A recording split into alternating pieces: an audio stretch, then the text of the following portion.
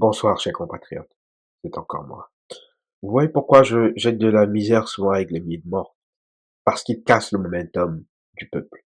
Le plus important, comme je vous expliquais dans une de mes vidéos, il permet au tyran de prendre du recul, de renforcer ses bases et de trouver, de réfléchir à d'autres aléas. Alors que lorsqu'il est sous pression, il n'a pas le temps de trouver d'autres alternatives parce qu'il est sur la défensive. Donc, soit on lui a donné ça. J'avais déjà fait une vidéo par le passé vous expliquant, vous mettant en garde. Et avant les élections, vous pouvez le voir sur ma page avec les dates. Avant les élections, j'avais fait une vidéo vous mettant en garde d'une stratégie du système RDPC qui visait à, une fois les élections volées, à transférer le pouvoir tranquillement selon les échelons et selon les intérêts qu'ils avaient. Et j'avais abordé le sujet Franck.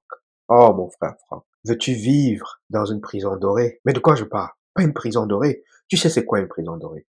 Si tu les laisses t'utiliser, là, tu vas être seulement dans un goulag doré. Toutes les décisions qui vont être prises à ton nom. Et tu ne pourras rien y faire.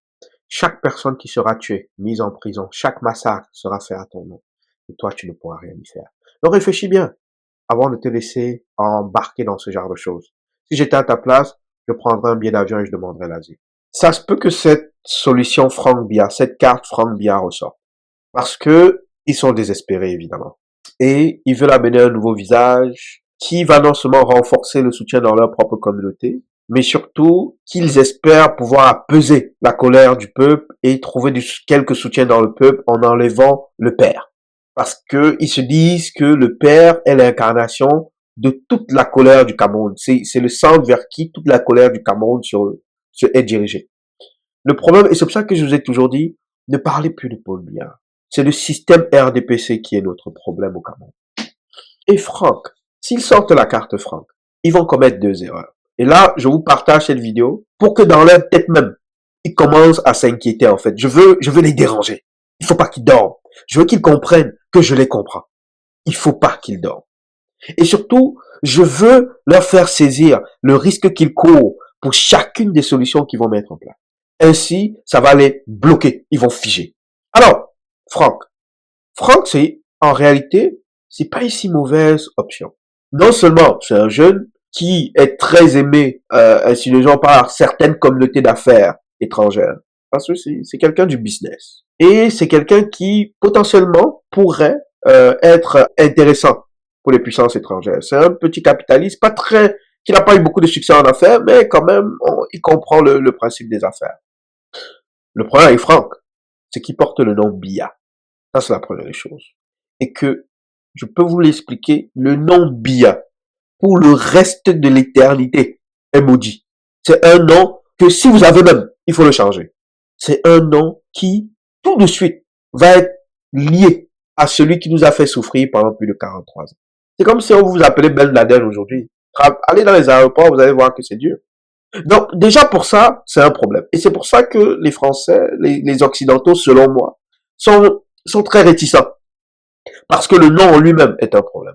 Mais l'option bien été quand même intéressante parce que le transfert est brutal, hein, vers les Ngongo. Ça aurait été trop brutal même dans la communauté Kambeti Boulou. Parce que, contrairement à ce que vous pensez, la communauté Kambeti Boulou, eux-mêmes entre eux ne s'entendent pas, d'où la guerre des clans. C'est Paul Biya qui gardait cette fusion entre ces trois communautés-là. Et Ngongo prendre le pouvoir, il ne pouvait le faire que par la force, en soumettant toutes les autres communautés par la force autour de sa candidature. Mais ça semble ne pas fonctionner. Comme je m'en doutais et comme je le disais déjà. Donc, ce qui va avoir lieu maintenant, parce que la guerre qu'ils avaient entre les clans va être mise en pause, ils vont essayer de trouver quelqu'un qui va fédérer tout le monde. Et une des options intéressantes, hormis Samuel Eto'o qui a grillé ses cartes, c'était Franck Biya. Donc, ils vont essayer de réactiver ça. Ça ne fonctionnera pas. Parce que, mes amis, je vais vous rappeler une chose. Et je vais rappeler une chose à Franck.